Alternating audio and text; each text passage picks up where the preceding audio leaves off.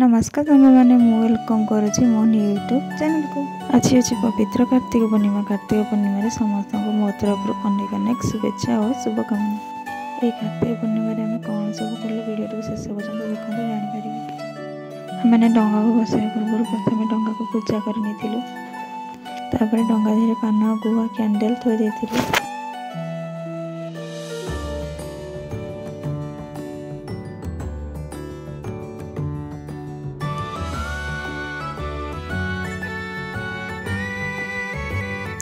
तापर आम डंगा को पूजा कर डंगा गुड़िक पूजा कर सारा पर समस्ते गोटे गोटे डंगा बसैवाई नहीं जाइलु।